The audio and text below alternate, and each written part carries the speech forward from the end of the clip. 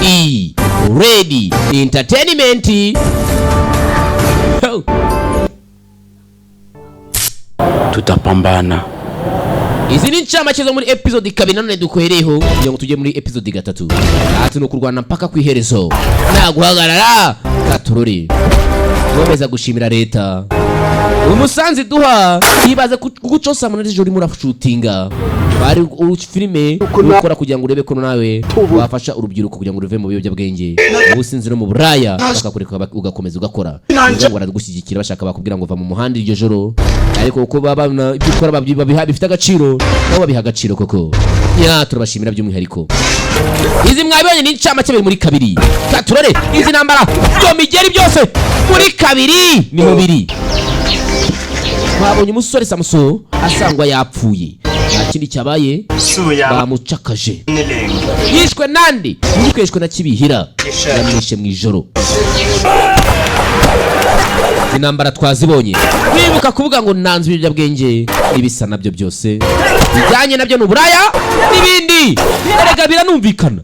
Umuhanga yaravuze ngo by'umwihariko from Freddy kuri njye reka mbabwire twabonye Kagambage aba heroine ngo buri mugabo wese wagafashe inyuma ye haba hari umugore umwe ubwo bari wisezerano nyine basezeranye kubana karamata. Buri mugabo wese wakubiswe byacanze inyuma ye haba hari abagore uruvangitiranye rw'abagore ubwo saba sinshoreke narangiza mukavuga ngo iki ibiyobyabwenge nabyo ntibitana nubwo iyo yagiye muri izo ngeso n'ibiyobyabwenge ntibisigara. Fasha twasize Kagamba nuza kana arimo arasaba Kagambage ngo amufashe. Kwizera Films iyi filmu wayo tuyisanga butuvugana ikimara gusobanurwa n'amasaha 2 gusa yagezeho.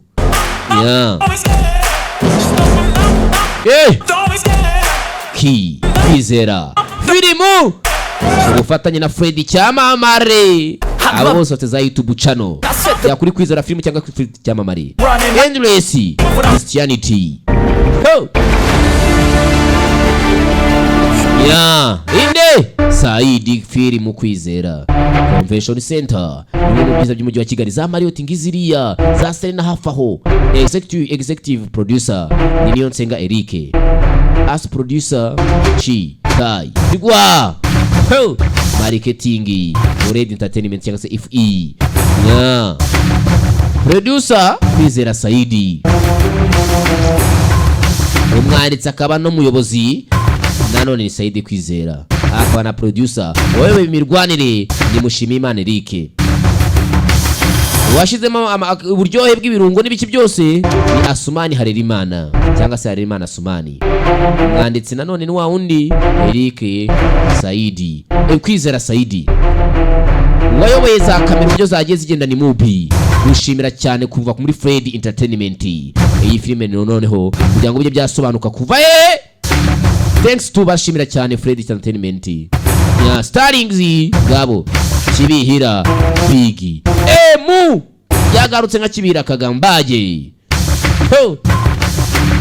Kana wa musabirizi wacu niba bizamuhira muri Kigali simbizi. Big Chris Maxi ntakinye umubonye ntakiri uruhande ubonye nta mutwe ubonye nta kuyorana ubonye mu hariya mu mashusho no mu binyamakuru nta bipfunsi ubonye by'abambaye amavesti. Uzi ngo amarushanwa hajemo n'imigeri we n'abajaji bakaba bajetiri. Izina ngiryo biri mu muriro uraka Kigali knockout ikindi gice cya gatatu turora. Noneho reka tume bikorwa tujye no mu magambo bijye byasobanuka. Ati njyobwa nyirabonye iki ibi ni ingaruka biva mu gukoresha ibyabwenge. N'umutima wanjye wose nifatanyije nabo bose bababajwe n'ingaruka bagizwe ingaruka bibazo ndetse n'ibibazo n'ibindi bibi n'ingaruka z'ibyabwenge bikagera no ku miryango yabo. Fatanyije no muri akabaro nako gahinda basigiwe n'ingaruka zo gukoresha ibyabwenge. Nubwo buribwe n'ububabaro na uraibu na matokeo mabaya kwa familia zao. Bivuga mu Kiswahili. Madawa ya kulevya gukoresha ibyabwenge no kwangiza igihe cyawe biri muri nekerezo zawe kumbukumbu yako icyubahiro cyawe buri kimwe cyawe cyose kirangirika hata kidogo. Uraibu gukoresha ibyabwenge tubifata nko kwihana kwa madawa ya kulevya byangiza intekerezo zawe ni imbaraga zawe n'ubuzima bwawe n'ubuhanga bwawe byose birahazaharira. Vuga ngo hoya nanze ibyabwenge ariko wikomereze. Ndashaka boro zanjye. Hano twasize shaka iki? Boro ziratandukanye zivuge mu magambo. Vuga mu magambo izo boro ushaka ninyi. Zivuge mu magambo arambuye.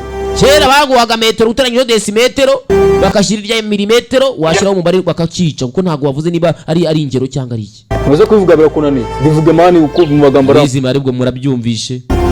Ndashaka kayinoma zanjye. Ya. Kayinoma. Ni diro zo kuvugira kuri. Ibyo naga aribyo twaganirira hano kuri telefone. Abashaka kuzaneza bakatima. Abakatsi ngubwo ntahasa ngo nago nzabakatsi abakatsi niba abandi bari kwita leta ngo nibo bita abakatsi nibo babakakana. Izo ni boro zo kuvugira kuri telefone cyangwa rukuza tugahura tukadiringa nkagwe tukavuga. Okay. Sawa. Ngo wemeje ikisi? Ho yamubwiye ibyo yemeje. Ngubwire. Mva mubwire. Ikindi cya kabiri ukuntu gahunda zimeze. Dore ubwanwa bwarasumbanye ukamenya ko umugabo na braga afite muzeyi. Genza gake. Yanakurya yaguheza akakumutsa ukuma kwicwa n'umwuma. Nimba utaza kumuyumbi 300. Sasa amuciye amafaranga kuri boroze. Filime raha. Amuciye $300. Ibihumbi 300 by'amanyarwanda. Murabyumva neza? Tiye kutebye urimo urabyumva neza. Cyangwa nawe ufite. Urayafite cyangwa kandi ni kuri boroze undebere. Abagabo ziraha. Kandi ndaje tubonane. Reka nze tubonane we ntabwo numva ibyo ukiri muvuga. Ndataye ibintu by'amasaha n'inkweto zirenze. Utazi ubinzanye imbere yawe. Kandi ndaje tubonane. Ugeze wese. Ya. Ubwanwa nk'ubwo abahinde ndakanyagwa nibo bagira ubwenye ubwanwa burengaho. Umaze kubimenya. Garuka ngaha. Nibi nabyo muvugeho uburaya naga ari sawa. Aha nuko ntacyo mfite naguhemba. Noneho pastor ubu ngubu uzongera kujya muhuza ko reka ngiye no kumureka. Ibaze umugore wa pastor asigashe inyuma pasteri. Mukwame. Kuri miraha. Ngabirangira. Ndumva ari sore ziraha. Reba umwana ni umuyufu ni urumva ni umuteenager ariko kwera drugs afata. Urahoze mujyana. Dukomezanye we mwihorera. Pastor jya umureka gusenya ingo z'abandi niyo gahunda. Mpamvu tugomba kubirwanya wowe nanjye namwe mwese mubireba mufashe turwanye ibiyobyabwenge twivuye inyuma please. N'ubundi mbona atananshimisha abayikaze kazina no gabanyitaye. Nta nubwo agwake. Wapi? Ke yazindekere ngiye kujya nkwake. Rewana wishime cyane. Mano tuntu tw'utugift surprise. Mwana we kudakora ukuraho amafaranga n'ukwiba nyine. Wishimye. Cyari umwana ngo azagiye kuyatanga gift n'amakeya. Kabisa.